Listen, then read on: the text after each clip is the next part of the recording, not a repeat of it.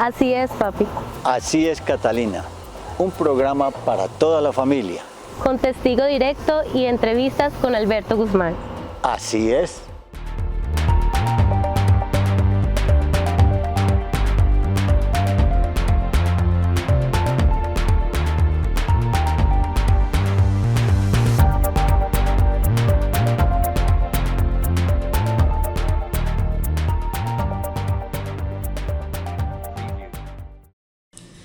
Amables televidentes, bienvenidos.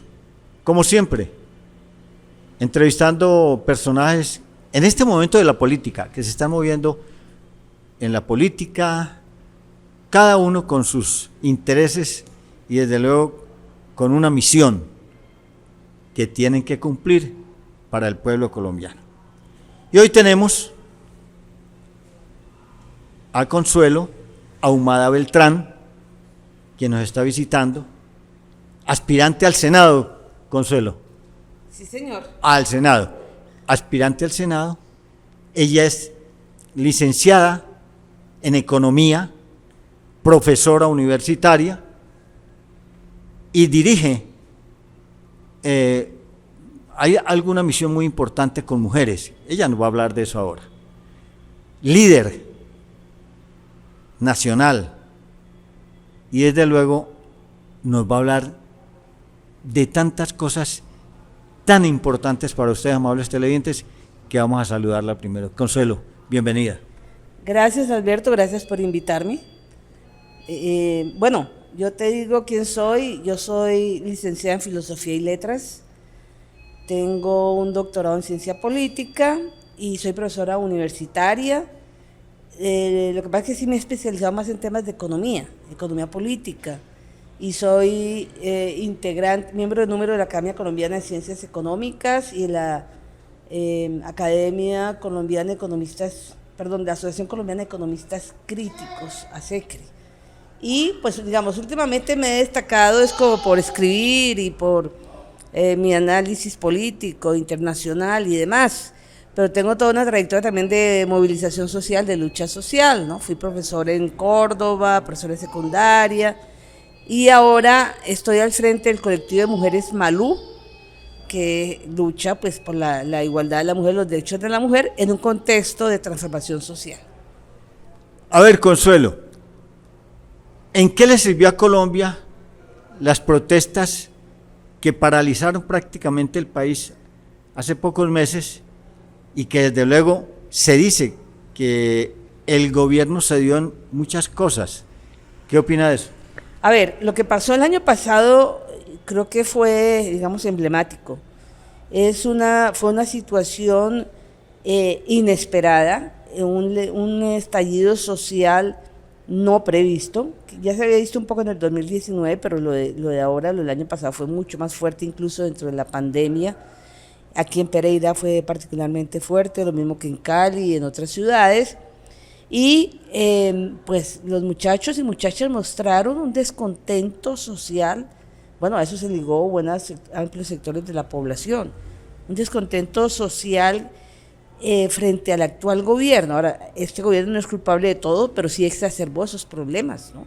Es decir, las políticas económicas a la pandemia. La política fue un desastre, le quitó los recursos a las entidades territoriales y los entregó a los bancos para que prestaran, y los bancos nunca prestaron. Eso terminó en que se enriquecieron los bancos, sobre todo Sarmiento Angulo y los grandes beneficiados de estas políticas.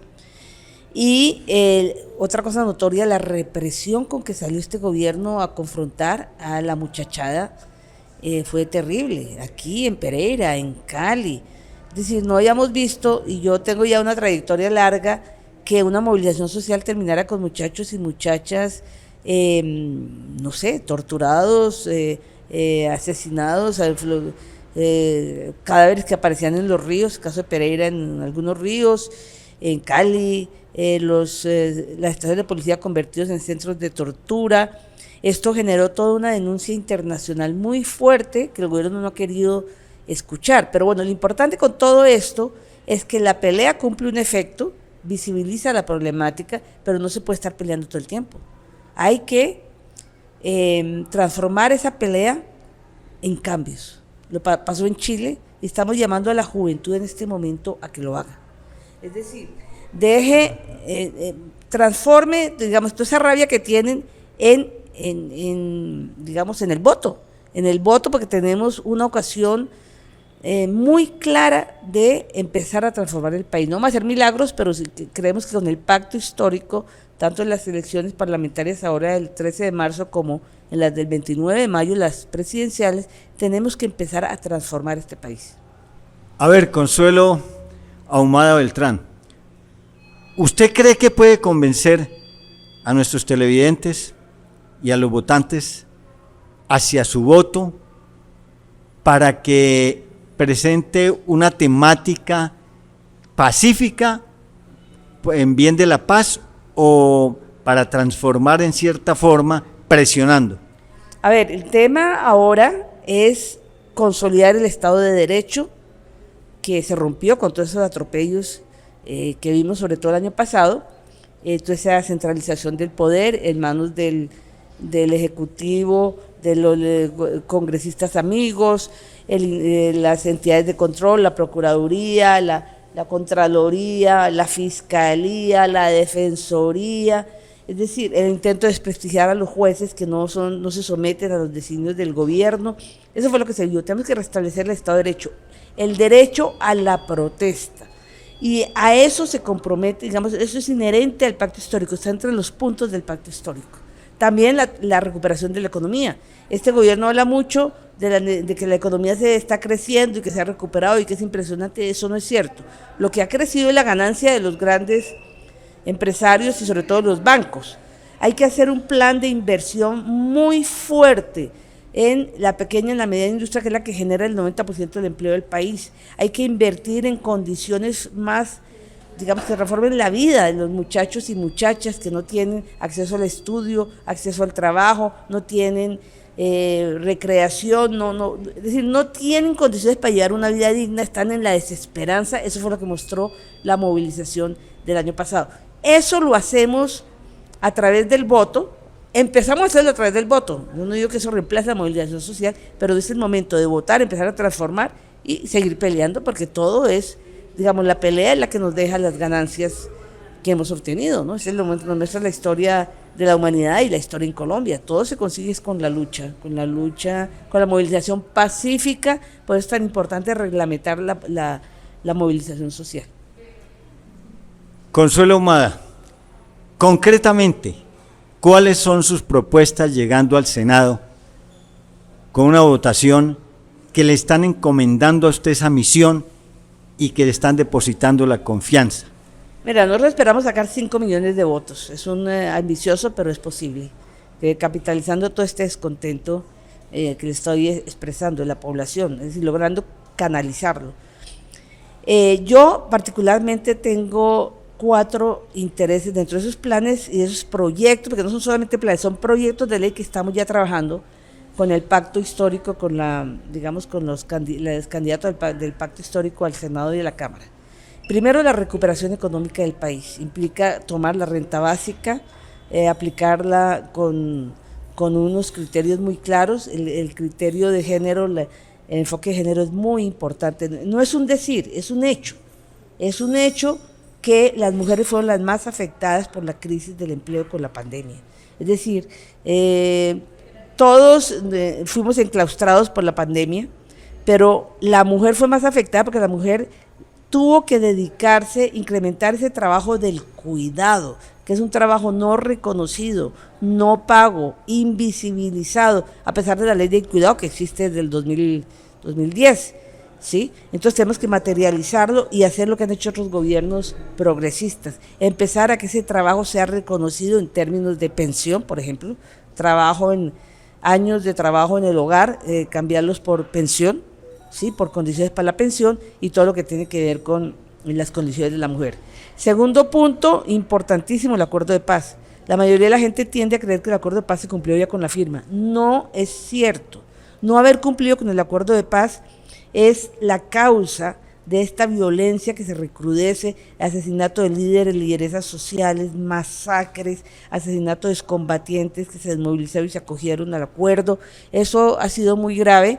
y bueno, no se ha cumplido. Ahora no se ha cumplido porque el gobierno del Centro Democrático, el gobierno de Duque, siempre se manifestó enemigo de la paz. Entonces lo que ha hecho es tratar de desprestigiar el acuerdo de paz, a la JEP, tratar de impedir que las cosas funcionen, y eso ha sido una de las causas de la alerta internacional. Las Naciones Unidas, que está supervisando la implementación del acuerdo, insiste mucho en la necesidad de ponerlo en práctica. Pero sigue tú y ahora te digo otros 2 puntos. Muy bien. No, tranquila. Bueno, el cambio climático es un tercer. No, ahorita lo hablamos, eso del cambio climático es muy importante, sí. Pero le tengo 2 preguntas importantísimas que en este momento es la atención mundial. Ya le voy a hacer las preguntas, nos vamos a unos mensajes comerciales, amables televidentes, y ya regresamos. Academia de Baile Latin Salsa. ¿Qué esperas para inscribirte? Nuestras matrículas están abiertas. Formación para niños, formación para jóvenes, formación para adultos. Nuestros instructores están certificados. Es la mejor formación profesional. Encuéntranos en la calle 23, número 527. Nuestra línea de contacto WhatsApp 313-346-6925. Academia de Baile Latin Salsa. Aprende a bailar con los profesionales. Consuelito Ahumada Beltrán. La estoy queriendo mucho ya. Vámonos a eso, a esa pregunta que usted me la dejó, se me adelantó, sobre el calentamiento global que está matándonos. A ver, el tema el cambio climático, la crisis climática es un tema realmente de primer orden. No porque se venga a decir ahora, es decir, desde hace ya un tiempo los expertos, los científicos, el panel intergubernamental que formó la ONU con científicos de 150 científicos de un poco de países del mundo, ha insistido en la necesidad de cambiar el modelo el modelo de desarrollo y el modelo de producción, ¿sí? Buscar reemplazar combustibles fósiles por combustibles más limpios. ¿Usted está de acuerdo con eso? Claro, y el Papa ha ido más lejos. El Papa habla del modelo de desarrollo en general que está destruyendo nuestra casa. Nuestra casa, dice. Estamos destruyendo nuestra casa, la única casa que tenemos. El mismo Papa lo dice. Marte hasta ahora no representa ni Marte ni la Luna. No tenemos otra casa. Hay que cuidar la casa, eso llama cuidar la naturaleza, cuidar el orden y cuidar también, atender el tema de la pobreza y la pobreza extrema que se ha extremado con el tema de la clase media se fue a pique. Claro, con la pandemia. Es decir, todo ese llamado inicial a la solidaridad y demás que nos conmovió a todos, pues no se cumplió. Los ricos se hicieron más ricos y los pobres se hicieron más pobres en todo el mundo y en Colombia también. Entonces, es un modo de producción que además de ser depredador, es excluyente. Eso es cada vez más claro y eso juega para Colombia, para el cambio en Colombia. Entonces, los candidatos atacan a Petro, pero ninguno plantea nada al respecto. No, que cómo nos vamos a quedar sin petróleo y regalías. Pues hay que buscar la forma. Hay que buscar la forma de acomodarnos, pero hay que hacer el cambio ya. Porque es que en el capitalismo hay una cosa, que poco importa destruir la consideración ya lo decía Keynes, de los capitalistas es, bueno, a largo plazo todos nos vamos a morir, entonces ¿qué importa destruir? Es lo que dicen, ¿no? O sea, no tienen hijos ni nietos. Pues sí, pero no soy yo, dice el capitalista. Eso que se arreglen como puedan. El capitalismo es bastante egoísta, ¿no? Es individualista y egoísta. Pero eso ya estamos en la posibilidad de destruir la vida humana. O sea, hacer una nueva extinción de las que ha habido ya. O sea, no es un invento, es clarísimo. Hay que plantear alternativas. Todos atacan a Petro, pero ninguno dice nada. Bueno, con una excepción. El debate que hubo sobre el fracking, me pareció que hubo un acuerdo importante, sobre todo con los del centro. Todos plantean estar en contra del fracking. Los del gobierno y los que quieren continuar con el modelo dicen no, son las regalías. O sea, porque nos da regalías, entonces sigamos con el mismo modelo y no dicen nada de la destrucción. Como si fuera un invento de Petro. No es un invento de Petro. Se está diciendo todo el mundo. A la juventud esto lo mueve muchísimo. Yo estoy viendo de hace 20 años que empezaron el Foro Social Mundial. Yo asistía al foro de Porto Alegre 2 veces y a otros por ahí. Y la juventud ya se movía mucho en torno a eso. Ahora tenemos a la niña esta Greta Thunberg y el niño colombiano. Y, es decir, a los jóvenes, a la juventud esto le impacta muchísimo. Esto no es cuento de Petro, ni es cuento de como de un gueto de gente que como que se opone al progreso, no. Antes parecía eso, ¿no? Hace mucho rato podían decirlo, ahora ya no lo pueden decir. Petro se ha apoderado de esa, digamos, de ese objetivo importantísimo, de esa política, y la está planteando. Hay que mejorarla, sí hay que mejorarla, pero hay que plantearla, no se puede evadir. Ya. Bueno, hay una cosa, Consuelito Ahumada Beltrán, y es la siguiente. Vamos a ser concretos, realistas y sinceros. A Ucrania está llegando la tropa rusa hasta la plaza de Kiev, Kiev, la capital, ¿no? Ajá. Ya están llegando en este momento, bombardeando a todo el mundo.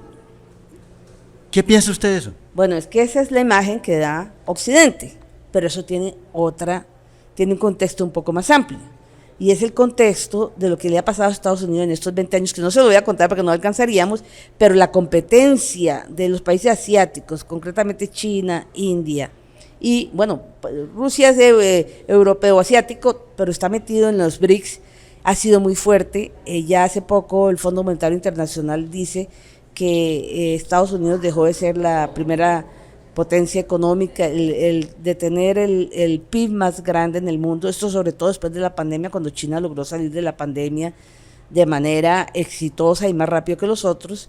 La crisis de Estados Unidos es enorme, el déficit, a pesar de la emisión de dólares y todo eso. Claramente Estados Unidos necesita una excusa. Cuando se acabó la Unión Soviética, Gorbachev hizo un acuerdo con Occidente, concretamente con Estados Unidos y Europa, para que le respetaran por lo menos las fronteras de la antigua Unión Soviética. Ponerle tropas en el límite entre Ucrania y Rusia es un atropello. ¿Qué haría Estados Unidos si México le pone tropas chinas en la frontera? ¿Se queda callado? Con seguridad que no lo hace, por menos se ha movido. Entonces esa visión de Estados Unidos como los héroes y de Europa, que está vacilando muchísimo porque Alemania tiene unos negocios enormes con el oleoducto que le llega del Nord Stream 1 y 2, donde le llega el gas natural mucho más barato desde Rusia que el que podrían, digamos, el gas natural que podrían llevar desde, no sé, desde el Medio Oriente o de otros lados. Ellos los pone a pensar, pero finalmente se unifican en términos de la OTAN, que es lo que los unifica. Entonces no pensemos en pobres víctimas, Estados Unidos, Europa, Ucrania. Ucrania tiene un gobierno fascista desde un golpe que hubo en el año 2014 en el marco de las revoluciones de colores, que eso también da mucho de qué hablar. Podemos hablar de Libia, de Siria, pusieron gobiernos que destruyeron sus países, ¿no? En el caso de Libia, mataron a Gaddafi. Libia era el país de mayor desarrollo económico y social, lo muestran las estadísticas internacionales, y quedó convertido en un centro del Estado Islámico, por obra y gracia de la invasión de Europa. Pero hay una cosa, Consuelito, ¿se justifica sacrificar tantas vidas en este momento en Ucrania, que no tienen nada que ver en el asunto, bueno, vidas inocentes, un pueblo desprotegido porque no tiene respaldo de nadie, Occidente lo abandonó? Todo eso se justifica porque Rusia económicamente está mal en estos momentos. Rusia no es el que está mal es Estados Unidos. Rusia no está mal, ¿sí? Ese es el problema. A Ucrania no lo han abandonado. Ucrania tiene todo el respaldo de Occidente, este gobierno fascista que tiene un ejército con la esvástica, ¿sí? Y que ha reprimido notoriamente. No está abandonado. Es más, toda la protesta de Moscú viene de que van a meter a Ucrania a la OTAN, contraviniendo todos los acuerdos que hubo en los años 90, en el desespero de Estados Unidos de presionar a estos países. La pregunta, ¿se justifica? No se justifica. Nada justifica una guerra con pérdidas de vidas humanas y vidas humanas inocentes. Pero sí quiero que se conozca el contexto. O sea, el contexto no son los pobres gringos buenos, ¿sí? Y los malvados de Rusia. Esto no lo encuentra por ningún noticiero. porque la visión oficial, que el gobierno de Colombia salga a apoyar a Estados Unidos en esto, ya lo debe uno poner a pensar. Se quedar uno con Duque en esto, ya lo debe uno poner a pensar de qué representa. Pero esa es la verdad, es un conflicto de intereses económicos, pero sobre todo suscitado por Estados Unidos, que es el que ha impulsado todo esto. Bueno, hay otra cosa, una última pregunta, Consuelo. Es sobre el pensamiento suyo como mujer. Como mujer. En este momento se ha autorizado el aborto en Colombia, se ha despenalizado el aborto. Sí. ¿Cuál es el pensamiento como mujer? Pues perfectamente de acuerdo, es un derecho de la mujer. Ahora, se ha puesto todo el énfasis, como en todo. Es decir, los sectores de derecha ultraconservadores utilizan esto, sí, pro vida, pero poco les importa la cantidad de mujeres, el dato no lo tengo preciso, pero son 20.000, 30.000 mujeres que mueren año tras año por prácticas ilegales de aborto en condiciones no sanitarias. O sea, está la aprobación, la sentencia primero no obliga el aborto, lo da como derecho. Segundo, no está sacando algo que no exista, existe, se trata de legalizarlo. Se pone todo el énfasis en los 6 meses. Los datos estadísticos que se conocen de Profamilia y otras entidades muestran que llegar a los 6 meses ya es un mínimo y se produce por una razón, por las demoras y la ineficiencia del sistema de salud de Colombia, que se demora en hacerlo, el sistema de salud por un lado, por otro lado la muchacha, sobre todo las adolescentes, las jóvenes, pensando a ver si consiguen empleo, si consiguen apoyo, si consiguen esto, ¿no? El ideal, claro, es que sea mucho más temprano y trabajar para eso. Petro lo ha dicho en su proyecto y en su plan, y estamos trabajando también en un proyecto en ese sentido, en incentivar el apoyo y la ayuda, hacer que sea ágil, no como es ahora, ¿sí? La mujer aborta si llega a los 6 meses, es un caso desesperado, y a ninguna mujer le gusta abortar a los 6 meses. Es más, a ninguna mujer le gusta abortar, pero sí es un derecho de la mujer. Que vengan a decir que son pro vida y no miren a las mujeres que mueren, o las condiciones de los niños no deseados, de las maternidades no deseadas, que pues prácticamente someten a la pobreza a los niños, las niñas que nacen, a sus mamás, en un estado que no da nada de protección social. Es muy irónico y es muy hipócrita esa postura. Consuelito, es una charla muy interesante. Los televidentes están ahí, pegaditos. ¿Y los votantes? También. ¿Por quién? A ver, yo soy candidata al Senado en la lista cerrada del Pacto Histórico.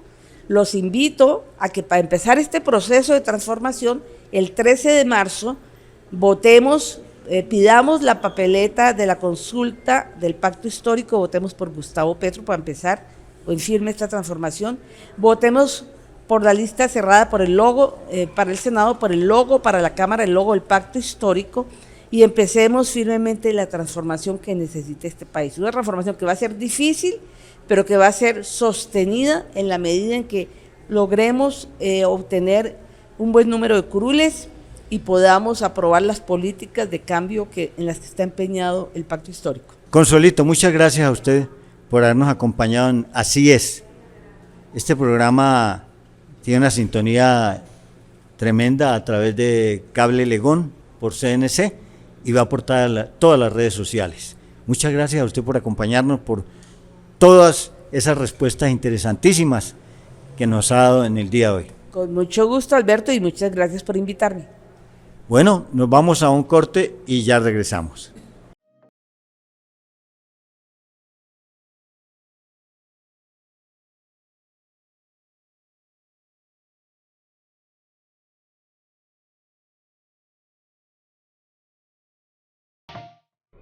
Nos acompaña James Llano. James es un hombre muy conocido aquí en los medios culturales, ya les va a comentar por qué. Como pintor, esta es una de sus pinturas, ¿no, James? La que está a nuestra espalda, y desde luego es un maestro, y ya les va a decir él por qué. James, ¿cómo está la cultura en Risaralda y más que todo en Pereira? ¿Cuál es el apoyo que tienen todos los pintores, todos los artistas en este momento en esta zona? Muy buenas a todos los que están acompañándonos ahora en televisión. Gracias, Alberto. Bueno, lo de la cultura creo que hemos avanzado sustancialmente. Tenemos unos programas y unos proyectos en el Plan Maestro de Cultura, tanto municipal como departamental. Lo que sé más, por ejemplo, es en el municipio que tenemos un Plan Maestro de Cultura donde tenemos 3 ejes importantes. El primero es estímulos y concertación, que es un apoyo financiado por el gobierno municipal a través de la estampilla y la Secretaría de Cultura, y también algunos presupuestos nacionales. Y eso es dirigido a los artistas, tanto individualmente como colectivos, y hemos avanzado mucho en esto porque venimos aumentando el presupuesto cada año, y los beneficiados son artistas, investigadores, estudiantes de la universidad, algunos independientes y otros que se han dedicado al arte y la cultura a partir de todos estos apoyos. Y además tenemos la descentralización, que es llevar todo el plan de desarrollo en cultura a los extramuros, para que los jóvenes, los niños, los jóvenes, los adultos y adultos mayores se vean beneficiados y no tengan que venir al centro a adquirir conocimiento en algunas áreas, sino que los profesores vayan a los CEDES, que son los centros educativos de cultura, para que se eduquen, hagan un rato de esparcimiento y que de alguna manera eleven el espíritu. La cultura, el arte, es un fenómeno mundial y lo demostró mucho más en pandemia, o mejor dicho, la pandemia reivindicó el arte y la cultura y demostró que sin el arte y la cultura la sociedad no podría vivir. Y para concretar, James Llanos, usted es un curador muy reconocido. Expliquémosle a nuestros televidentes brevemente en qué consiste un curador de pinturas. Bueno, la curaduría nació en 1886, siglo XIX. Era que los niños muy ricos que quedaban con herencias no podían recibirlas porque no tenían la mayoría de edad, y le asignaban un abogado, y era como un curador, como un cuidador de esa persona hasta que cumpliera la máxima edad. Ya en el siglo XX, el primer curador que tenemos en América Latina se llama Eduardo Serrano. ¿Qué es un curador? Es como una mamá o es como un papá, es cuidar la obra de un artista o de un colectivo dentro de un espacio museal. No saber qué calidad tiene. Por supuesto, no, de todas maneras, cualquier obra que se cuelgue en cualquier sitio tiene calidad, porque hoy el arte no es el que pinte bonito o el que haga anatomía. El arte es un fenómeno, es una expresión del espíritu, es una dedicación, es como una oración frente al papel, al lienzo, a la tabla, si es bailarín, si es teatrero. Entonces, en ese orden de ideas, ¿qué es curaduría? Curaduría no es pegar una puntilla y colgar un cuadro. Curaduría es mantener la obra en exhibición con dignidad, hacer visitas guiadas, compartir con los visitantes y contar en qué consiste la obra, quién es el artista, y también comenzar a hacer circulación de los mismos para que se sepa qué ciudad tenemos. Muy bien, James, muchas gracias porque el tiempo se nos fue. Usted sabe que el tiempo en televisión corre. Muchas gracias por esas declaraciones tan interesantes de cultura y de arte, más que todo de la pintura, en lo que concierne a usted, ¿no? Y a ustedes, amables televidentes, les agradezco mucho por hoy. Que estén muy bien.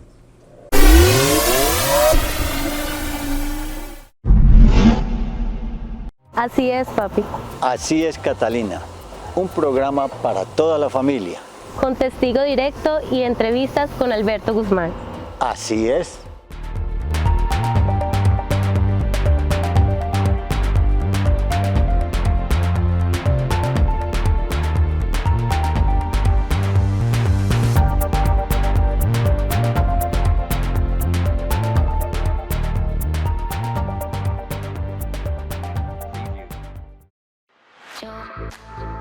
Si quieres estar conectado con la mejor información y entretenimiento de nuestra región, síguenos en nuestras redes sociales. En Facebook nos encuentras como Canal CNC Pereira, en YouTube como Canal CNC Eje Cafetero, en Instagram como Canal CNC Regional y en Twitter como @CNC Noticias.